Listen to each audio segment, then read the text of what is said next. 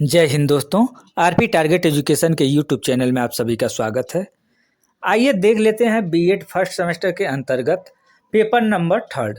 दोस्तों इसके पहले हम लोग बीएड फर्स्ट सेमेस्टर का paper number first, paper number second देख चुके हैं। आज हम लोग जो देखने जा रहे हैं पेपर नंबर थर्ड, ये 2022 का है और यूनिवर्सिटी अगर देखा जाए तो महाराजा सुहेलदेव स्टेट यूनिवर्सिटी आजमगढ़।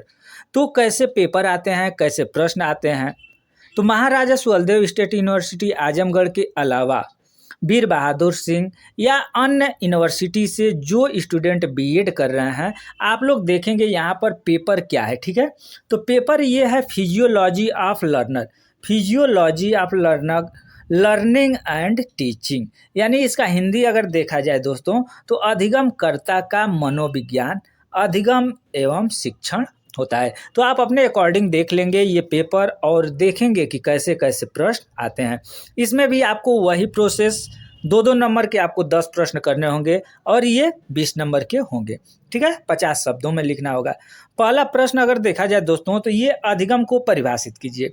यानी अधिगम क्या होता है, सीखना क्या होता है। अधिगम का अर्थ होता है सीखना, यानी सीखना क्या होता है इसको परिभाषित कर देना है। दूसरा प्रश्न है वृद्धि और विकास में अंतर।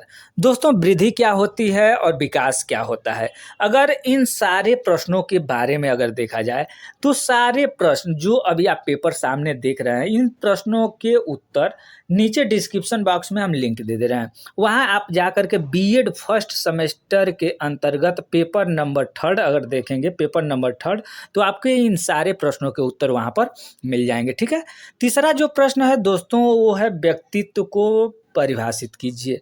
चौथा है सामाजिक विकास क्या है। पांचवा है वृद्धि, बुद्धि को परिभाषित कीजिए।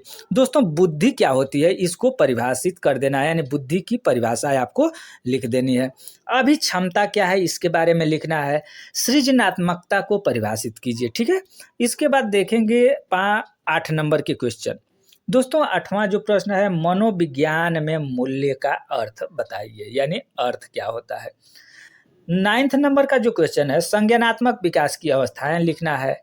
और 10th यानी 10वां नंबर का है सांवेगिक बुद्धि क्या होती है। ठीक है, ये दो दो नंबर के आपके 10 प्रश्न हो गए। ठीक है, अब दोस्तों देख लेते हैं खंड ब के अंतर्गत कितने प्रश्न करने हैं। तो दोस्तों खंड ब के अंतर्गत आपको 5 प्रश्न करने होंगे। यहाँ पर आप लोग देखेंगे कि 5 प्रश्न करने हैं और एक प्रश्न आपको 8 नंबर के होंगे और 200 शब्दों में आपको लिखना होगा। तो यहाँ से आपको 5 प्रश्न करना है और इसमें एक बात और है कि अथवा करके आपको प्रश्न मिलेंगे। जैसे मान लीजिए कि दूसरा ये प्रश्न है शिक्षण अधिगम की स्थितियों में शिक्षक की भूमिका पर प्रकाश डालिए। अगर ये प्रश्न आपको आ रहा है तब तो ठीक है, नहीं आ रहा है तो यहाँ पर आपको ऑप्शन करके अथवा करके प्रश्न मिल जाता है ये लिखने के लिए कि शास्त्रीय अनुबंध क्रिया प्रसूत अनुबंधन में तुलना कीजिए। ठीक है, ये आपको लिख देना होगा।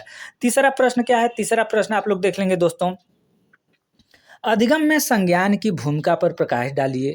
ये आ रहा है तो ठीक है, नहीं आ रहा है तो यहाँ भी ऑप्शन आपको मिल रहा है किशोरावस्था में सामाजिक विकास क्रम का वर्णन कीजिए। ठीक है, चौथा नंबर के प्रश्नों को यहाँ पर हम लोग देखेंगे। अच्छी स्मृति के लक्षण को वर्णित कीजिए। कल्पना के विभिन्न प्रकारों का वर्णन कीजिए। ये लिखिए या ये लिख दीजिए। नेक्स्ट है 5 नंबर का क्वेश्चन देखेंगे यहाँ पर क्या पूछा हुआ है। तो समग्र विकास के संप्रत्यय को स्पष्ट कीजिए। समग्र विकास क्या होता है, इसके संप्रत्यय क्या क्या होते हैं दोस्तों, इसके बारे में आपको स्पष्ट लिख देना है। अधिगमकर्ता में व्यक्तिक भिन्नताओं को एक शिक्षक के लिए चुनौती के रूप में विवेचना कीजिए। दोस्तों देखा जाए तो अधिगमकर्ता, अधिगम का मतलब होता है सीखना और अधिगमकर्ता का मतलब हो जाता है जो सीख रहा है, यानी लर्नर। ठीक है, तो उसमें व्यक्तिक भिन्नताओं, दोस्तों अगर यहाँ पर हम बताना चाहें तो अगर आप 10 व्यक्ति को एक साथ रख रहे हैं तो 10 व्यक्ति के अंतर्गत, उनके हर एक व्यक्ति के अंतर्गत व्यक्तिक यानी उनको पर्सनल व्यक्तिक भिन्नता, कोई तेज सीखने वाला होगा, कोई कम सीखने वाला होगा, कोई दूसरे बुद्धि का होगा, तो सबके अंदर कुछ ना कुछ व्यक्तिक भिन्नताएं होती है, इसी के बारे में आपको लिखना होगा। छठा नंबर का क्वेश्चन दोस्तों यहाँ पर देखेंगे, चिंतन के विभिन्न प्रकार का वर्णन कीजिए। यानी चिंतन के विभिन्न प्रकार कौन कौन से हैं वर्णन कर देना है, या अधिगम शैली पर एक संक्षिप्त टिप्पणी लिखिए। सीखने की क्षमता होती है दोस्तों, अधिगम शैली हम कैसे सीखते हैं, हमारी शैली सीखने की कौन सी है, इस पर आपको एक संक्षिप्त टिप्पणी लिख देना है। दोस्तों यहाँ पर अगर आप वीडियो देख रहे हैं तो वीडियो को कम से कम एक लाइक कर देंगे, और ये सामने जो आप प्रश्न देख रहे हैं ये पेपर थर्ड है और बीएड फर्स्ट सेमेस्टर का है। ठीक है, बीएड फर्स्ट सेमेस्टर का है। अगर BEd first semester, second, third या फोर्थ सेमेस्टर का आपको वीडियो यानी पीडीएफ इसका चाहिए, क्लास चाहिए, तो डिस्क्रिप्शन बॉक्स में नीचे हम डिस्क्रिप्शन बॉक्स में लिंक दे रहे हैं, बीएड फर्स्ट, सेकेंड, थर्ड करके लिखा हुआ है, वहाँ से जा करके आप अपनी तैयारी अच्छी से फ्री में कर सकते हैं। ठीक है, अब दोस्तों यहाँ पर देखा जाए तो 15-15 नंबर के आपको 2 क्वेश्चन करने हैं यहाँ पर, और 500 शब्दों में लिखना होगा। ठीक है, पहला प्रश्न जो पूछा गया है यहाँ पर देखेंगे कि पहला जो है प्रश्न क्या है, इसमें से केवल आपको 2 प्रश्न। अनुदेशनात्मक उद्देश्य क्या है, ब्लूम के शैक्षिक उद्देश्यों का वर्गीकरण विवेचना कीजिए। ठीक है, ये प्रश्न ब्लूम का सिद्धांत बहुत महत्वपूर्ण हो जाता है और पेपर में हर एक बार देखने के लिए मिलता है। दोस्तों ब्लूम के सिद्धांत को देखने के लिए आप चैनल पर डिस्क्रिप्शन में जरूर आप देखें, वहाँ पर बहुत अच्छी तरीके से समझाया गया है। ठीक है, नेक्स्ट है 8वां नंबर का, अधिगम को प्रभावित करने वाले सामाजिक सांस्कृतिक कारकों की विवेचना कीजिए।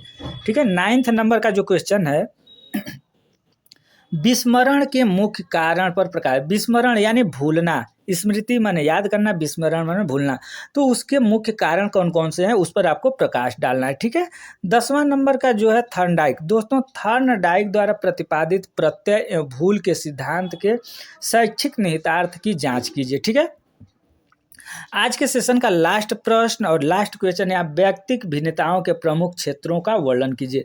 अभी आपको हमने बताया कि अगर 100 व्यक्ति हैं तो 100 व्यक्ति के अंतर्गत उनका व्यक्तिगत भिन्नताएं होती हैं, सब लोगों में कुछ ना कुछ अंतर होता है। तो दोस्तों ये आपका पेपर था, पेपर का अगर हल चाहिए तो कमेंट सेशन में आप कहेंगे तो इस पेपर का हल भी हम करवा देंगे। वैसे इस चैनल पर ये प्रश्न जो आप देख रहे हैं इसका हल पड़ा हुआ है। ठीक है, आप चाहें तो डिस्क्रिप्शन में जा करके वहाँ देख सकते हैं। चैनल पर नए हैं, बीएड कोई सेमेस्टर हो, कोई भी यूनिवर्सिटी हो, तो चैनल को सब्सक्राइब करके बेल आइकन को दबा लेंगे और अपने विद्यालय के ग्रुप में शेयर करेंगे। धन्यवाद।